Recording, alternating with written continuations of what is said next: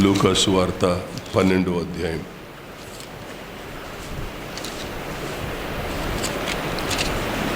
యాభై 54, 55, 56 వచనాలు. మరియు ఆయన జనసమూహములతో ఇట్లనెను, మీరు పడమట నుండి మబ్బు పైకి వచ్చుట చూచినప్పుడు వాన వచ్చుచున్నదని వెంటనే చెప్పుదురు, అలాగే జరుగును. దక్షిణపు గాలి విసరుట చూచినప్పుడు వడగాలి కొట్టునని చెప్పుదురు, అలాగే జరుగును. వేషధారులరా, మీరు భూమి ఆకాశముల వైఖరి గుర్తింప నెరుగుదురు. ఈ కాలమును మీరు గుర్తింప నెరుగరేలా? చాలు.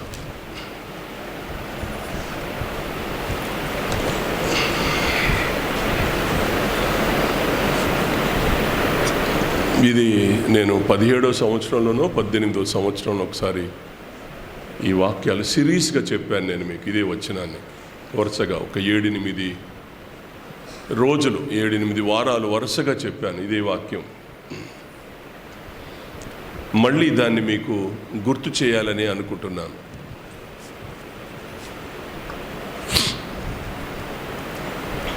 కాలాన్ని గుర్తెరగడం, కాలాన్ని గుర్తించడం అనేది విశ్వాసి జీవిత బాధ్యత. కాలాన్ని గుర్తెరగడం అనేది విశ్వాసి జీవిత బాధ్యత. స్త్రీ కన్సీవ్ అయిన తర్వాత, హలో వినండి, స్త్రీ కన్సీవ్ అయిన తర్వాత ప్రతి నెల లెక్క పెట్టుకుంటుందా? ప్రతి నెల గుర్తుపెట్టుకుంటుందా? గుర్తుపెట్టుకోదా? లెక్కలు కట్టుకుంటా వెళ్ళుద్ది. లెక్కలు కట్టుకుంటా వెళ్ళుద్ది. డాక్టర్ దగ్గరికి వెళితే ఆ గైనకాలజిస్ట్ ఏం చేస్తుందనంటే, ఇన్ని వారాలైంది, ఆ పాప గ్రోత్ ఇలా పెరిగింది, ఇలా పెరిగింది, ఇలా పెరిగింది, ఇలా పెరిగింది అని మొత్తం చూపిస్తుంది. చూపించి వారానికి ఏం ట్యాబ్లెట్లు వేసుకోవాలో, నెలకి ఏం ట్యాబ్లెట్లు వేసుకోవాలో, 2 నెలలకి ఏం ట్యాబ్లెట్లు వేసుకోవాలో, 3 నెలలకి ఏం ట్యాబ్లెట్లు వేసుకోవాలో, అటు డెలివరీ అయ్యేదాకా 9 నెలల వరకు ఆమెకు మెడిసిన్ ఇస్తానే ఉంటుంది. ఎందుకు? ప్రశ్న ఎందుకు? కాలంలో బేబీ జన్మనివ్వాలి కనుక, ఆ కాలంలో బేబీని భూమి మీద జన్మనివ్వాలి కనుక, జన్మని ఇవ్వగలిగిన బేబీ కాలాన్ని గుర్తెరిగి రోజులు, నెలలు, వారాలు లెక్కగట్టుకొని ఆ జననం కోసం ఎదురు చూస్తున్న ఆ తల్లి ఎంత శ్రద్ధ తీసుకుంటుందో ఆలోచిస్తే, ఆ కుటుంబం ఆమె మీద ఎంత శ్రద్ధ తీసుకుంటుందో ఆలోచిస్తే, ఆ కాలం రాగానే, ఆ పెయిన్స్ స్టార్ట్ కాగానే పరిగెత్తుకొని హాస్పిటల్ అడ్మిట్ చేసి మంత్రసాలను పెట్టుకొని దానికి సంబంధించిన ఎక్విప్మెంట్స్ అన్నీ రెడీ చేసుకొని ఎన్ని చేస్తామో నిజమే. అవన్నీ చేయకపోతే ఏం కాదులే, కంటే కన్నది మనకెందుకు లేని అని ఊరుకుంటామా? కంటే కన్నది చస్తే చచ్చిపోయాడని ఊరుకుంటామా? ఎంత శ్రద్ధ! ఎందుకు ఇంత శ్రద్ధ అంటే, ఒక జన్మని నేను భూమి మీద ఇవ్వాలా, ఒక జన్మని నా కుటుంబం ఇవ్వాలా, ఒక నూతన సృష్టి నా కుటుంబంలో జరగాల. అందువల్ల ఇంటి వారందరూ సహకరిస్తారు. భర్త సహకరిస్తాడు, భార్య సహకరిస్తుంది, ఇంటి వాళ్ళందరూ సహకరిస్తారు, తోబుట్టులు అందరూ సహకరిస్తారు. ప్రభు అడుగుతున్నాడు ఇక్కడ ఆయన అడిగే మాట మనం ఆలోచన చేస్తే, ఆయన ఇలా అన్నాడు. ఏమన్నాడు? మీరు పడమట నుండి మబ్బు పైకి వచ్చుట చూసినప్పుడు వాన వచ్చుచున్నదని వెంటనే చెప్పుదురు. అట్నుంచి చూస్తే వాన వస్తుందని అనుకుంటారు. దక్షిణపు గాలి విసరుట చూచినప్పుడు వడగాలి కొట్టుద్దని కాలాన్ని గుర్తిస్తారు మీరు. వేషధారులారా అంటూ ఒక భయంకరమైన మాట వాడాడు. కాలంలో ఆ తూర్పు గాలి వస్తే ఏం జరుగుద్దో మీకు తెలుసు, పడమర గాలి వస్తే ఏం జరుగుద్దో మీకు తెలుసు. ఇన్ని ఎరిగిన వారు వేషధారులుగా మీరుండి భూమి ఆకాశముల వైఖరిని గుర్తెరుగుతున్నారు, కాలాన్ని గుర్తెరుగుతున్నారు, కానీ నన్ను గూర్చిన గుర్తింపు మీకు లేకుండా పోయిందే అని వాపోతున్నాడు దేవుడు ఇక్కడ. నన్ను గూర్చిన గుర్తింపు మీకు లేదే, నన్ను గూర్చిన గుర్తింపు లేదే.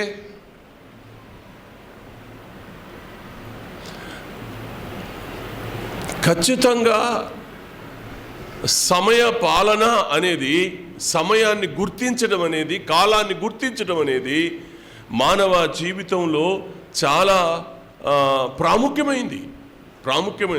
బాల్యమైన, యవ్వనమైన, కౌమార్యమైన, వృద్ధాప్యమైన కాలం వెంట మనం పరిగెడుతున్నాం.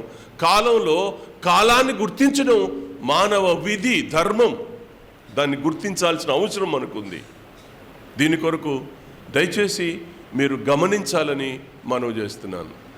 కాలంలో చీమల్ని మీరు చూడండి. సామెతల గ్రంథం 6వ అధ్యాయంలో చీమల్ని గురించి రాశాడు. ఆ చీమల్ని గురించి రాసేటప్పుడు భలే మాట రాశాడు. 6వ వచనం నుంచి చూస్తే, సోమరి చీమల యొద్దకు వెళ్ళుము, వాటి నడతను కనిపెట్టి జ్ఞానం తెచ్చుకో అంటాడు. చీమని చూసి మానవుడు జ్ఞానం తెచ్చుకోవడమా? విచిత్రంగా లేదు నాన్న ప్రభాస్? ఏరా విచిత్రంగా లేదు? ఎవరిని చూసి? చీమను చూసి మనం నేర్చుకోవాలా జ్ఞానం? అది పరిస్థితి అట్లా అయిపోయింది. మరి ఏం చేస్తాం? చీమను చూసి మనం జ్ఞానం నేర్చుకునే స్థితి ఇవాళ కాలం వెంట దేవుడు మనకు నేర్పుతున్న పాఠం. భలే విచిత్రం వేస్తా ఉంది. ఇంకా అన్నాడు ఒక మాట, వాటికి న్యాయాధిపతి లేడు, పై విచారణకర్త లేకున్నను, అధిపతి లేకుండా అవి వేసవి కాలమందు ఆహారము సిద్ధపరచుకొనును. ఎవ్వరు లేకుండా ఆహారం సిద్ధపరచుకుంటున్నాయి అవి.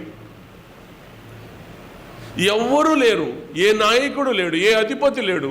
కానీ వేసవి కాలంలో ఆహారాన్ని సిద్ధపరచుకొని వర్షం వచ్చినప్పుడు వర్షకాలం అంతా బయటికి రాకుండా హాయిగా పుట్టలు పెట్టుకొని, పుట్టల్లో ఆహారం పెట్టుకొని చక్కగా తినుకుంటూ కూర్చుంటాయి అవి. ఇవాళ ఎంతమంది సోమరులు మన మందిరాలలో ఉన్నారు? పని పాట లేకుండా తిరుగుతున్న సోమరులు ఈ రోజున ఎంతమంది ఉన్నారు? కాలం యొక్క విలువ తెలియకుండా అమ్మ నాన్నను తెచ్చి పెడుతుంటే, భార్య కష్టపడి పనిచేసి తీసుకొని పెడుతుంటే, మగవాడై సిగ్గు శరం లేకుండా కూర్చొని తినే ఎంతమంది ఉన్నారు ఇవాళ? జ్ఞానం అక్కర్లా? చీమను చూసి నేర్చుకోమని కదా ఆయన చెప్తాడు. వాటికి రాజు లేడు, నాయకులు లేడు, అధిపతి లేడు. కానీ వర్షాకాలంలో నేనేం తినాలి అని అనుకున్నప్పుడు వేసవి కాలంలో పంట కూర్చుకొని అవి సమకూర్చుకొని దాచుకొని వర్షాకాలంలో కడుపు నిండా తింటాయి, అవి బ్రతుకుతాయి. బ్రతుకు తెరువును నేర్చుకున్న చీమ, బ్రతుకు తెరువు తెలియకుండా బ్రతుకుతున్న మానవుడికి నేర్పుతున్న పాఠం. కాలం వెంట ఏమి నేర్చుకోవాలి ఈరోజు మనం? కాలం వెంట ఈరోజు మనం ఏమి నేర్చుకోవాలి? పని పాట లేకుండా తిరగడమా? ఎంతమంది ఈరోజు ఇలాంటి వ్యక్తులు ఉన్నారు? దయచేసి ఆలోచించాలి. అదే సామెతల గ్రంథం 30వ అధ్యాయంలో 25-26 వచనాలు, చీమలు బలములేని జీవులు అయినను అవి వేసవిలో తమ ఆహారమును సిద్ధపరచుకొనును. చిన్న కుందేలుని గురించి మాట్లాడాడు. చిన్న కుందేళ్లు బలములేని జీవులు అయినను, చిన్న కుందేలు బలము లేని జీవులు అయినను అవి పేటు సందులలో నివాసము కల్పించుకొనును. అయినను ఎక్కడ నివాసం ఏర్పాటు చేసుకున్నాయి? ఎంత బాగా చెప్తున్నాడు. నువ్వు చురుగ్గా పనిచేసే వ్యక్తి అవుతే, నీకు జ్ఞానం అనేది ఉంటే, నీ కొరకు నువ్వు ఒక నివాసం ఏర్పాటు చేసుకోవా? నేను మొన్న ఎవరితో చెప్తున్నాను, నేను ఎవరినో రిక్వెస్ట్ చేశాను. మన శేఖర్ అన్న చెల్లి, ఎవరు స్వర్ణ చెల్లితో చెప్తా ఉన్నాను, అరే చెల్లి, సుందర్కు ఇంతవరకు ఇల్లు లేదురా, సుందర్కు ఇంతవరకు ఇల్లు లేదు నాన్న. మాస్టర్తో చెప్పి ఎమ్మెల్యే గారితో చెప్పించి ఒక ఇల్లు శాంక్షన్ చేసి డబుల్ బెడ్రూమ్ ఇల్లు శాంక్షన్ చేయించవా అని చెప్పాను నేను. మొన్న మేము సువార్తకి వెళ్ళిన రోజు నేను రిక్వెస్ట్ చేశాను చెల్లిని, మాస్టర్తో చెప్పించి ఎమ్మెల్యే గారితో ఈ మాట చెప్పించున్నానా. మా ఇళ్ళ మధ్య సుందర్ వాళ్ళ నాన్న అమ్మ మా ఇళ్ళ మధ్యనే ఉండేవాళ్ళు. వాళ్ళు అక్కడ గోల్డ్ స్మిత్ కాలనీలో మేము ఉన్నప్పుడు మా ఇంటి పక్కనే ఉండేది. తెల్లారుజామున ఆయన లేచి భలే పాటలు పాడేవాడు. వాళ్ళ నాన్న అద్భుతంగా మధురంగా ఉండేది ఆయన స్వరం. అప్పటి నుండి ఇప్పటి వరకు అప్పటికే చాలా కాలం అయింది వాళ్ళు భద్రాచలం వచ్చి. ఇప్పటి వరకు ఇల్లు లేదు వాళ్ళకి.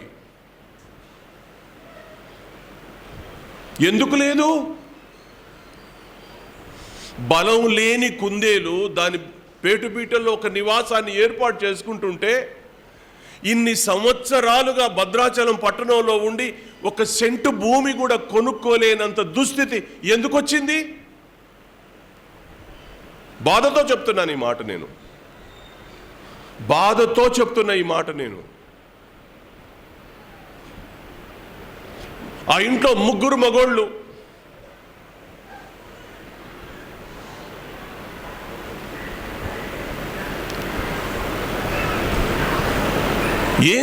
ఒక సెంటు భూమి కూడా లేకుండా ఈ రోజు వరకు ఇల్లు లేకుండా బిడ్డలు ఉన్నారు అని అంటే ఆ తల్లి ఎంత ఏడవాలా, ఆ ఇల్లాలు ఎంత బాధపడాలా.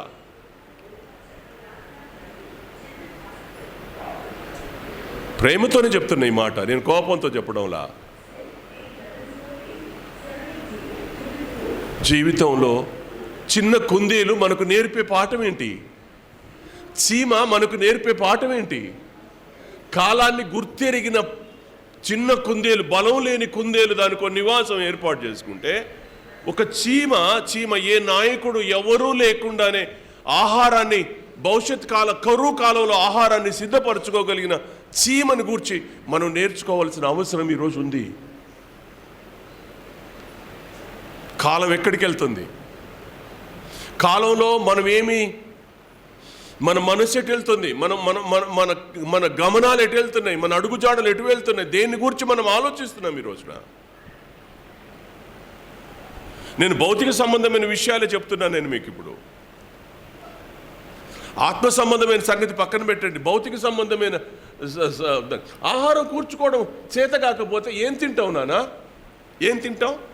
అడుగు తింటామా? కష్టపడి పని చేసుకోవద్దా? ఓ ఇల్లు కొనుక్కోవద్దా? కట్టుకోవద్దా? దాని కొరకు ప్రయాసపడొద్దా? ఏమీ లేకుండా ఉండిపోదామా?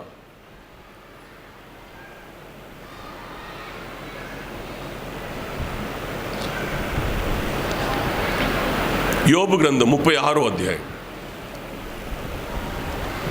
33వ వచనం. ఆయన గర్జనము ఆయనను ప్రసిద్ధి చేయును, తాను వచ్చుచున్నాడని ఆయన పశువులకు తెలుపును. మాట చెప్పునా? ఆయన వచ్చుచున్నాడని ఆయన పశువులకు తెలుపును. పశువులకు తెలుపును. ఎరుగునా తెలియజేయనా? తెలుపును. తెలుపును. ఎందుకు తెలుపుతాడు? పశువుకి ఎందుకు తెలపాల్సి వచ్చింది? హలో తమ్ముళ్ళు, నా మాట వినండి అన్న, నా మాట వినండి. దేవుని రాకడ విషయంలో దేవుడు పశువుకు తెలియజేస్తాడంట.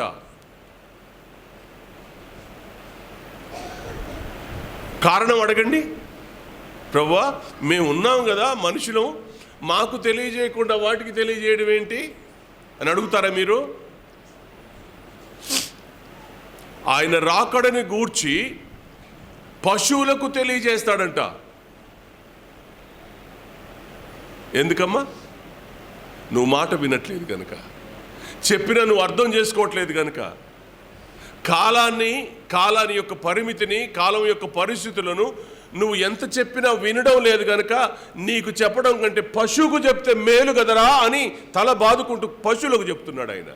అందుకనే అన్నాడు, ఆకాశమా ఆలకించు, భూమి చెవియొగ్గు, నేను పిల్లలు కానీ పెద్ద చేశాను, గాడిద తన సొంత కానీ దొడ్డి తెలుసుకుంటుంది, నా పిల్లలకు తెలివి లేదు, నా పిల్లలకు తెలివి లేదు.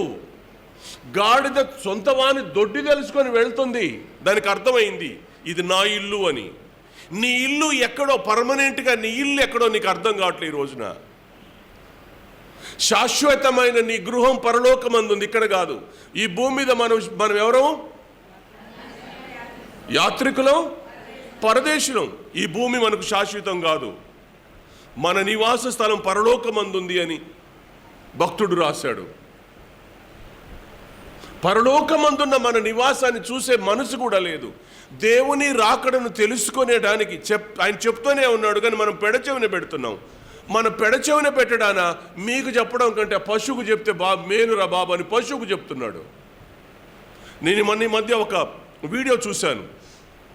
ఆ వీడియో చూస్తే ఒక కారు వెళ్తుంది, ఆ కారుకు ఒక కుక్క అడ్డం పడింది.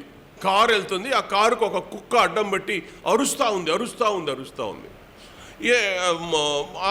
కారు ఆఫ్ చేసి దిగి కొట్టబోయాడు. ఇంకా అరుస్తుంది, కారు ఎక్కేసింది, కదలనివ్వట్లా.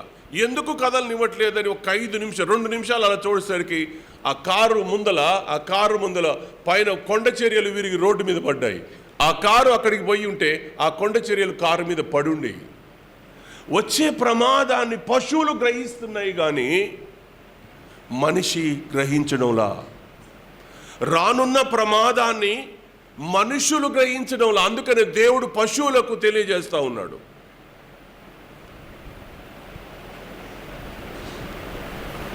మానవుడు ఎటు వెళ్తున్నాడు? మానవ ఆలోచన విధానం ఎటు వెళ్తుంది? మానవుని పద్ధతులు ఎటు వెళ్తున్నాయి? మానవుడు ఎందుకు గ్రహించలేకపోతున్నాడు? కాలాన్ని ఎందుకు మనసులోకి తీసుకోలేకపోతున్నాడు? ఆకాశ వైఖరిని వివేచించగలిగిన వాడు కాలాన్ని ఎందుకు సరిగ్గా అర్థం చేసుకోలేకపోతున్నాడు? మీరు ఈ విషయాలను మీరు గమనించాలని నేను మీకు మనవి చేస్తా ఉన్నాను. ఇర్మియా గ్రంథం 7వ అధ్యాయం, ఇర్మియా గ్రంథం 8వ అధ్యాయం 7వ వచనం.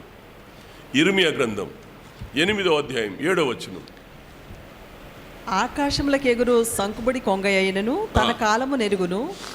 ఆకాశమునకు ఎగురు సంకుబుడి కొంగయైనను తన కాలము నెరుగును. తెల్లగువ్వయు మంగళకత్తి పెట్టెయు ఓదే కొరుకును తాము రావలసిన కాలమును ఎరుగును. అయితే నా ప్రజలు, పక్షులు కూడా తమ కాలాన్ని ఎరుగుతున్నాయి కానీ అయితే నా ప్రజలు యెహోవా న్యాయ విధిని ఎరుగరు. యెహోవా న్యాయ విధిని ఎరుగుటలేదు. యెహోవా న్యాయ విధిని ఎరగడం లేదు అంటాడు ఆయన. యెహోవా న్యాయ విధిని ఎరగడం లేదు అంటాడు ఆయన. వాటికి అర్థం అవుతున్నాయి. పక్షితో, జంతువుతో, చిన్న అల్ప జీవితో మానవుడికి బుద్ధి నేర్పే దుస్థితి ఇవాళ మానవుడు కల్పించుకుంటున్నాడు అని అంటే మానవ మేధస్సు ఏమవుతుంది? శేఖర్ అన్న మీరు చెప్పండి కదన్నా, ఆలోచించండి. ఇవాళ మానవుడు దిగజారుతున్నాడా? నేను అంతరిక్షానికి వెళ్తున్నాను అనుకుంటున్నాడు. వాడు అనుకుంటున్నాడు నేను అంతరిక్షానికి వెళ్తున్నాను, నేను చంద్రమండలంలో ఇల్లు కట్టుకుంటున్నానని అనుకుంటున్నాడు కానీ ఏమి నేర్చుకోవట్లేదు. మనం మానవ మేధస్సు పెరుగుతుంది అని అనుకుంటున్నాం కానీ చీమ ద్వారా దేవుడు పాఠం నేర్పుతున్నాడు అనే సత్యం ఈరోజు అర్థం కావట్లేదు మనకి.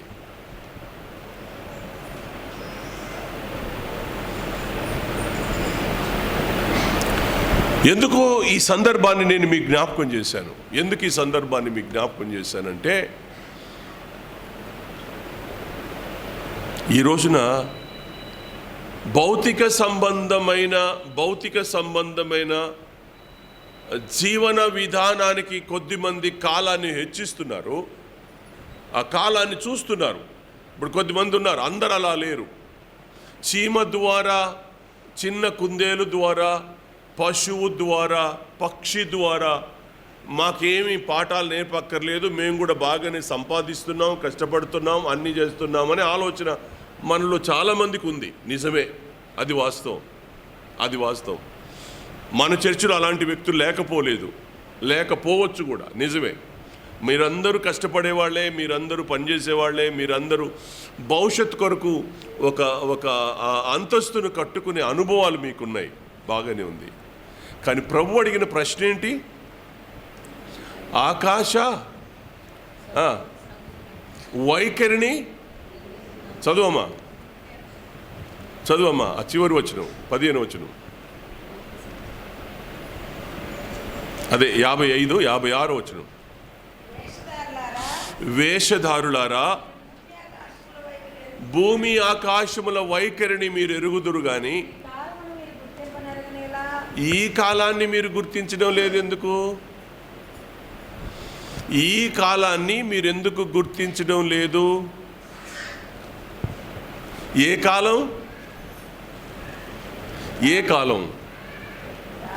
ఈ కాలమును మీరెందుకు గుర్తించడం లేదు అని అడుగుతున్నాడు ఆయన. ఏ కాలం?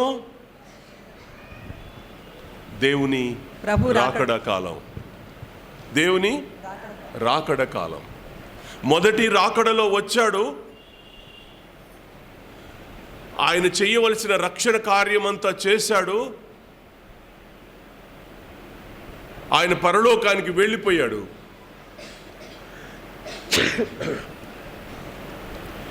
ఇప్పుడు రెండవ రాకడ కాలంలో ఉన్నాం.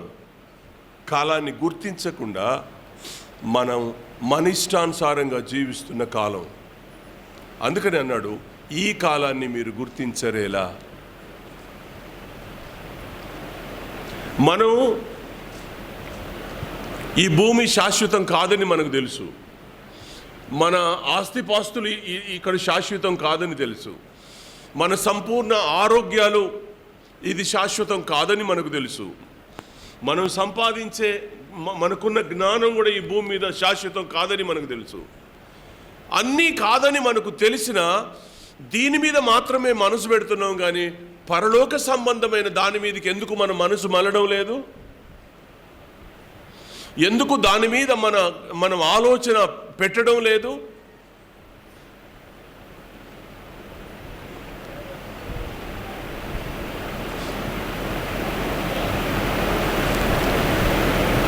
ఏమనుకుంటున్నారంటే ఈరోజు మనందరం ఎలా ఉన్నామనంటే, భూమి మీద బ్రతికితే చాలు,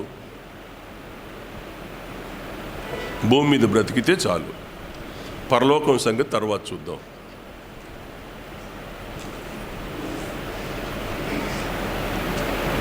నేనేమంటానంటే, ఇప్పుడు సంపాదన ఇవాళ సంపాదించమండి. చీమను గురించి నేర్పించాడు ఆయన. చీమ ఎప్పటి కొరకు ఆహారాన్ని సిద్ధపరచుకుంది? ఏమా? చీమ ఎప్పటి కొరకు? కరువు కాలానికి. కాలం ఏదన్నా కానివ్వండి, కరువు ఒక రోజు వస్తుంది, కరువు కాలంలో నేను ఇది సంపాదించుకోవాలని చీమ సంపాదించుకుంది. బాగుంది. ఈరోజు మన సంపాదన కరువు కాలానికేనా? మనం సంపాదించే ఈ సంపాదన మనం కూడా కరువు కాలానికి ముందుగానే సంపాదిస్తున్నామా?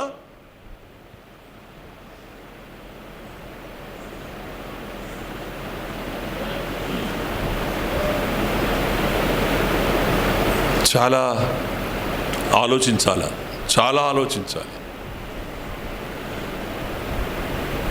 దేవుణ్ణి కాదని సంపాదిస్తున్నావే, దేవునితో పని లేదని సంపాదిస్తున్నావే, దేవునికి నాకే సంబంధం లేదు అన్నట్టుగా సంపాదిస్తున్నావే.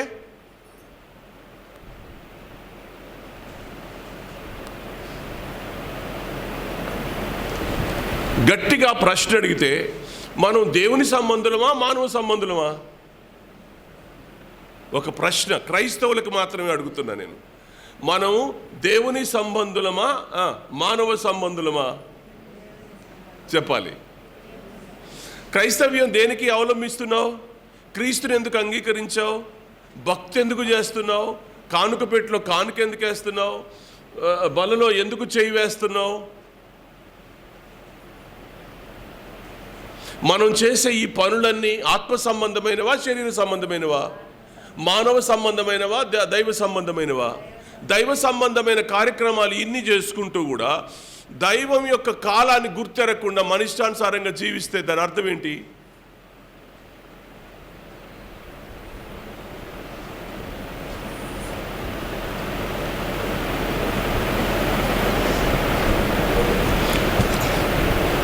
నేను చాలా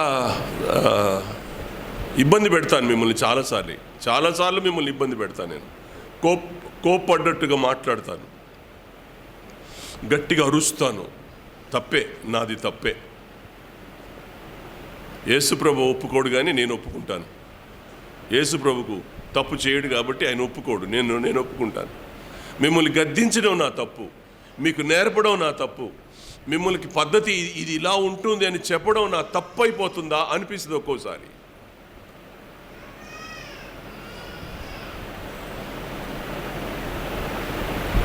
నేర్చుకోవడం క్రైస్తవ లక్షణం. దేవుడు ఈరోజు స్వయంగా మన ముందుకు వచ్చి నిలబడడు. దేవుని ప్రతినిధులను భూమి మీద ఎందుకు పెట్టుకున్నాడు?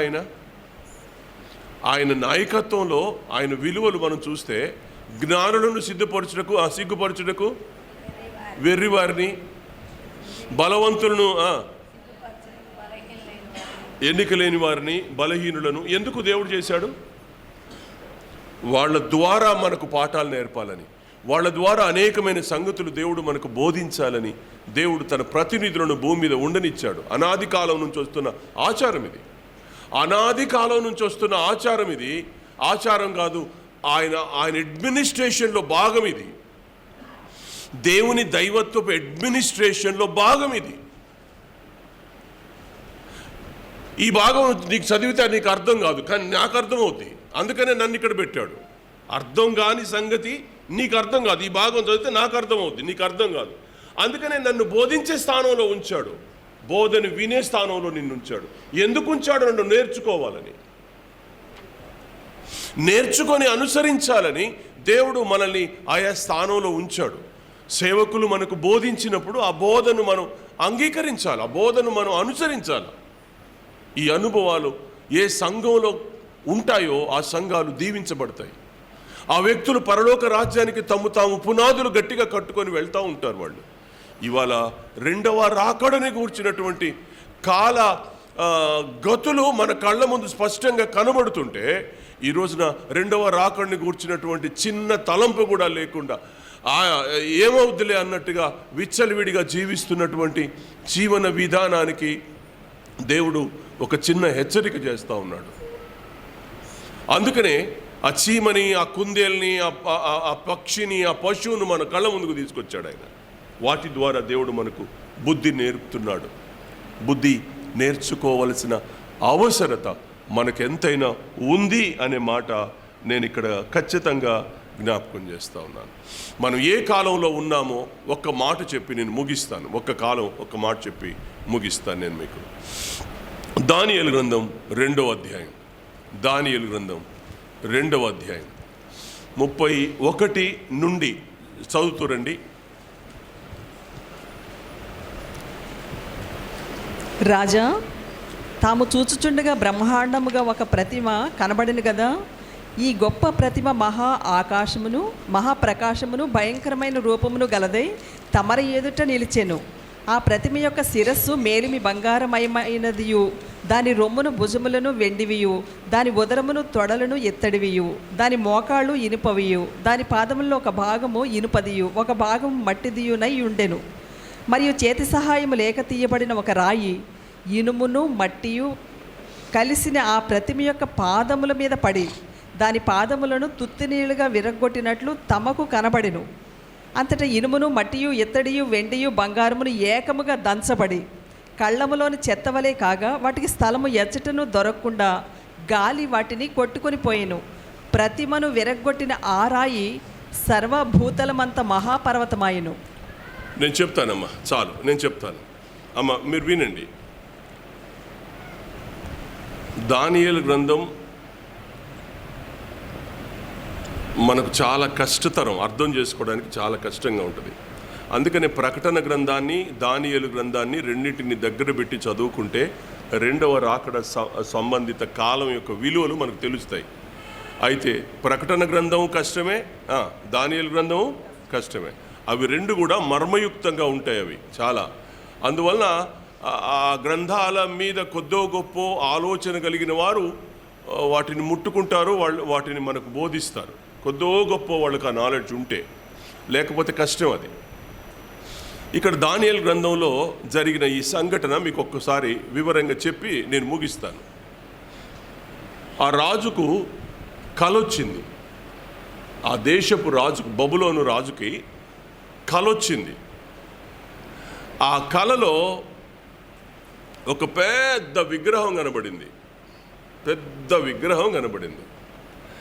ఆ విగ్రహం ఇక్కడ దాకా బంగారం, ఇక్కడ దాకా ఇత్తడి, ఇక్కడ నుంచి తొడల దాకా ఇనుము, ఆ తర్వాత కింద మట్టి ఇనుము, మట్టి ఇనుము, ఇలా ఇలా అది ఆ వరుసగా మనం చదివితే మనకు అర్థం అవుతుంది.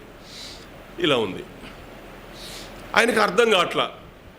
ఈ కళ భావం ఎవరు చెప్పాలో తెలియట్లేదు ఆయనకి. దేశంలో ఉన్న జ్ఞానులని, దానికి సంబంధించిన విద్య కలిగిన వారు అందరినీ, మొత్తం అందరినీ పిలిపించాడు. ఎవ్వరూ చెప్పడంలా, ఒక్కరు కూడా చెప్పడంలా. చెప్పకపోతే ఫైనల్గా దానియేలు దగ్గరికి ఈ విషయం వచ్చింది. దానియేలు గారు నేను చెప్తానండి అన్నాడు. అయితే నేను చెప్పడం కాదు, నా దేవుణ్ణి అడిగి చెప్తానన్నాడు. వచ్చాడు, దేవుణ్ణి అడిగాడు, దేవుడు బయలుపరిచాడు. ఆ విగ్రహం యొక్క విధానాలన్నీ కూడా చెప్పాడు. రాజా, ఈ తల వరకు నువ్వే, బంగారం అంటే నువ్వే, ఈ ప్రపంచాన్ని, అప్పటికి ఆ సామ్రాజ్యం ప్రపంచాన్ని పాలిస్తున్నాడు ఆయన, ప్రపంచమంతటిని పాలిస్తున్న రాజు ఆయన. ఆ రాజు నువ్వే, తల శిరస్సు భాగము నువ్వే. ఆ తర్వాత నీ తర్వాత ఏంటిది తర్వాత ఏంటమ్మా? తాము చనిపోయిన తర్వాత తమరు రాజ్యం కంటే తక్కువైన రాజ్యం ఒకటి లేచును. దానికంటే ఒక తక్కువైన రాజ్యం వస్తుంది. అటు తర్వాత లోకమంతా ఏలునట్టి మూడవ రాజ్యం ఒకటి, మూడో రాజ్యం వస్తుంది. అది ఇత్తడి వంటి దగును. పిమ్మట నాలుగవ రాజ్యం ఒకటి లేచును. నాలుగో రాజ్యం ఒకటి వస్తుంది. అది ఇనుము వలె బలముగా ఉంటుంది. అది ఇనుము వలె గట్టిగా ఉంటది. ఇనుము సమస్తమైన వాటిని దంచి విరగొట్టినది కదా. ఇనుము పగులు కొట్టినట్లు అది రాజ్యములన్నిటినీ పగులుగొట్టి పొడి చేయును. పాదములు వేళ్ళును కొంత మట్టును కుమ్మరి మట్టివిగాను, కొంత మట్టునకు ఇనుపదిగానున్నట్టు తమరికి కనబడిన గనుక ఆ రాజ్యములో భేదములుండును. చాలు, ఇప్పుడు చెప్తాను చూడండి. ఆయన చెప్తున్నాడు, నువ్వు శిరస్సు ఈ ప్రపంచాన్ని అంతటిని పాలిస్తున్నావు. నీ తర్వాత కొంచెం తక్కువ రాజ్యం ఒకటి వస్తుంది.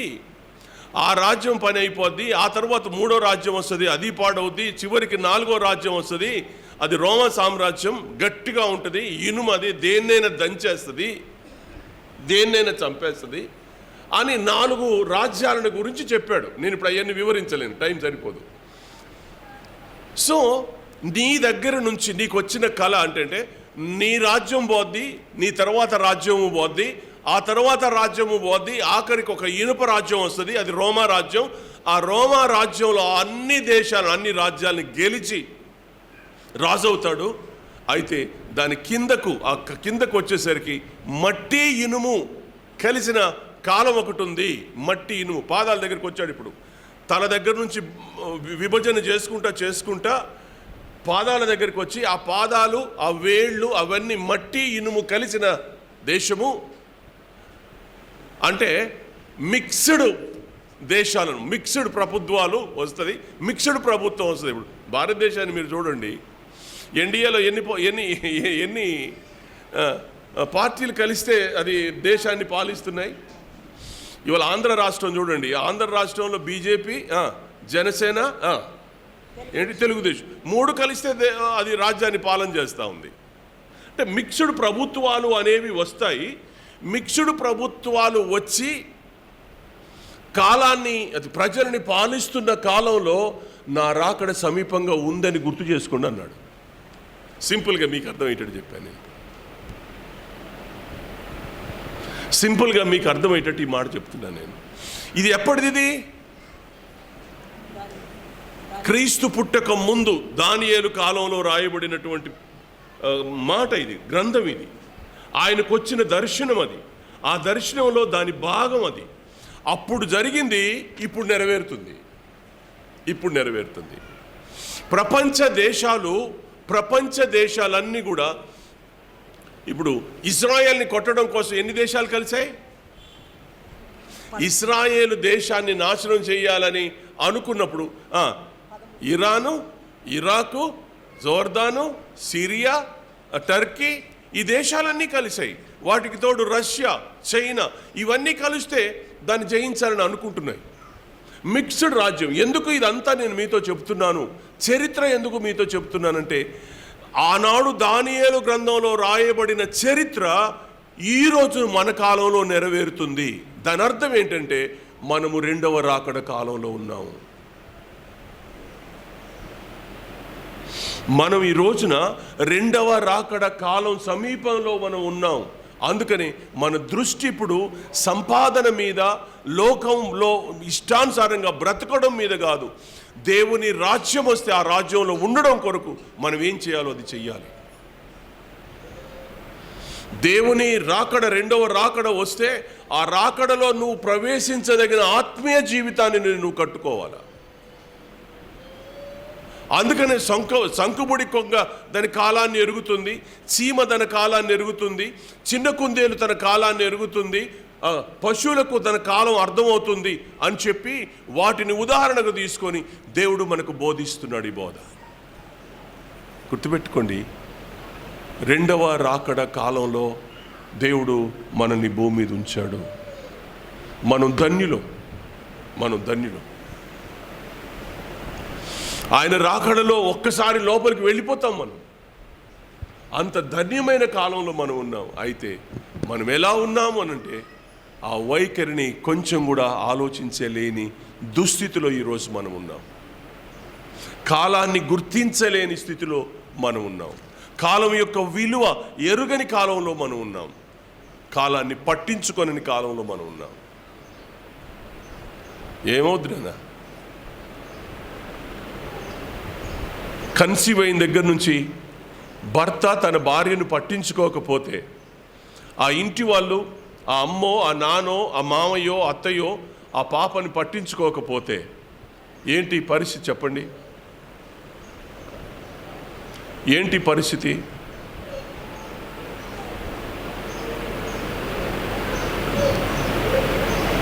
నెమ్మది ఉంటుందా? ఆ అమ్మాయి డెలివరీ అయ్యేంత వరకు ఆ అమ్మాయికి ఏమైనా నెమ్మది ఉంటుందా?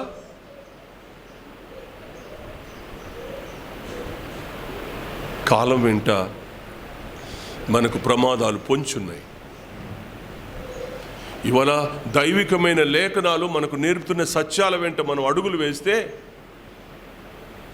మనం దీవించబడతాం, ఆయన రాజ్యంలో ప్రవేశిస్తాం. నిత్యరాజ్యంలో మనం చేరడానికి దేవుడు మనకు అనుకూలమైన అన్ని అనుభవాలను దేవుడు మనకు నేర్పిస్తాడు. ఇవాళ కాలాన్ని ఎరగకుండా మన ఇష్టానుసారంగా నా ఇష్టం వచ్చినట్టు నేను బ్రతుకుతాను, సహవాసం లేదు, స్త్రీల కూడికలకు రమ్మంటే రారు, సామాజిక కూడికలకు రమ్మంటే రారు, ఇళ్లల్లో ప్రార్థనలు ఉండవు, ఇళ్లలో కుటుంబ ప్రార్థన ఉండదు, దైవ సంబంధమైన వాటన్నిటిని గాలికి వదిలేశాం, దేవుణ్ణి విసిగిస్తూ బ్రతుకుతున్నాం. దేవునికి కోపం పుట్టించే కాలం దగ్గర మనం ఉన్నాం. ఇక్కడ దేవుతో ప్రేమతో చెప్తున్నాను, చేతులు జోడించి అడుగుతున్నాను. కాలాన్ని ఎక్కడో ఉంది, ఇది ప్రసంగం అనుకోకండి. కాలం ఎక్కడో లేదు, మీ కాళ్ళ ముందే ఉంది, మీ వాకిట్లోనే ఉంది, మీ దగ్గరే ఉంది కాలం. ఈ కాలాన్ని మనం గుర్తిస్తే మనం కొంచెమైనా ఆత్మీయంగా బ్రతకడానికి భయపడతాం. కాలాన్ని గుర్తించని వ్యక్తి విచ్చలవిడిగా బ్రతుకుతాడు. బ్రతకని విచ్చలవిడిగా దేవుని కాలాన్ని గుర్తించకుండా ఈ లోకమే నాకు శాశ్వతం అనుకునేవాడు తిరగనివ్వండి. కానీ రేపు వాడి గతి ఏంటి? నాశనం తప్ప, అగ్నిగుండం పాలు కావడం తప్ప, విడిచిపెట్టబడడం తప్ప, నువ్వెవరో నేను ఎరగను అని చెప్పడం తప్ప దేనికి? అందుకనే చాలా జాగ్రత్తగా కాలం యొక్క విలువను మనం ఎరిగి మనం అడుగులు వేయాలని నేను కోరుకుంటూ ఈ వాక్యాన్ని ముగిస్తూ ఉన్నాను. దేవుని రెండవ రాకడ కాలంలో మనం ఉన్నాం. ప్రభు రెండవ రాకడ కాలంలో ఉన్నాం. మీరు నమ్మినా నమ్మకపోయినా దానియేలు గారు చెప్పిన ఆ ప్రవచనం ఈరోజు నెరవేరుతుంది. అందుకని చెప్పాను నేను మీకు. ఇనుము మట్టి కలిసిన కాలంలో మనం ఉన్నాం. ఇప్పుడు ఓ చిన్న రాయి వస్తుంది, దాన్ని దంచుతుంది, దాన్ని పొడి చేస్తూ ఉంది. ఆ పొడిని ఎక్కడ దాయాలో తెలియదు. ఆకాశం నుంచి గాలి వీస్తుంది, ఆ పొడంతా కొట్టుకుపోద్ది. అడ్రస్ లేకుండా పోతాం మనం. మనకు అడ్రస్లు ఉండవు. దాగి ఉండడానికి దేవుడు ఆయన రెక్కల నీడ మన కొరకు దాస్తా ఉన్నాడు. దాగగలిగిన చోటు, క్రైస్తవుడు దాగగలిగిన చోటు ఆయన రెక్కల నీడ. అది మన కొరకు ఎలాగూ భద్రం చేయబడి ఉంది. దాని విషయంలో మనం జాగ్రత్త తీసుకుంటే, నాకెందుకు దేవుడు అని అనుకుంటే నీకు రెక్కల నీడ ఎక్కడ దొరుకుతుంది? రేపు గాలి వచ్చి నిన్ను కొట్టుకునేలా దేవుడు చేస్తే నీకు అడ్రస్ ఎక్కడ ఉంటుంది? రాయబడింది ఆ మాట, రాయబడింది. ఆ మాట చదువుతానా? చివరి మాట, దానియేలు గ్రంథంలో చివరి మాట చదువునానది.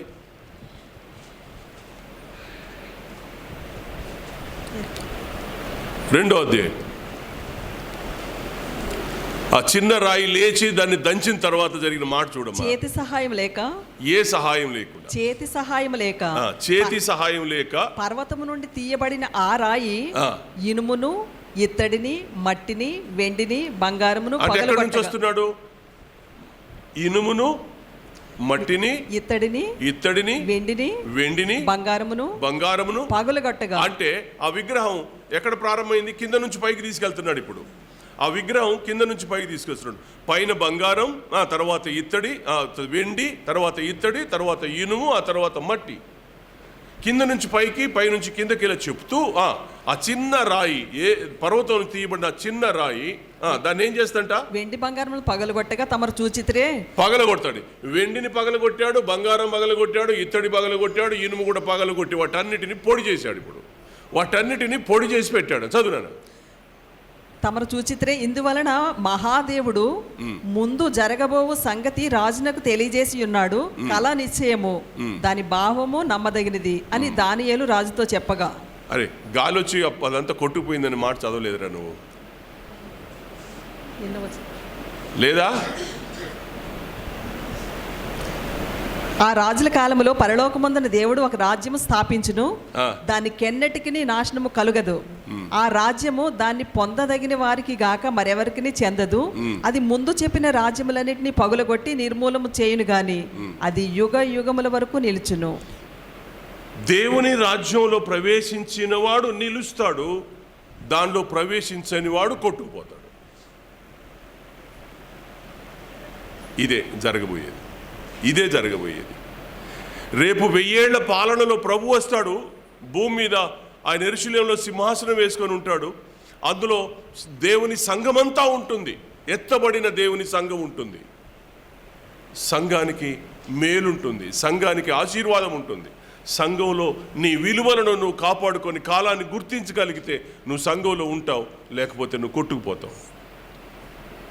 నీకో స్థానం ఉంటుంది, దేవుడు నీకో స్థలం ఇస్తాడు, దేవుడు నిన్ను భద్రం చేసుకుంటాడు, దేవుడు నిన్ను కాపాడుకుంటాడు. తలలు వంచండి, ప్రార్థన చేసుకుంటాడు.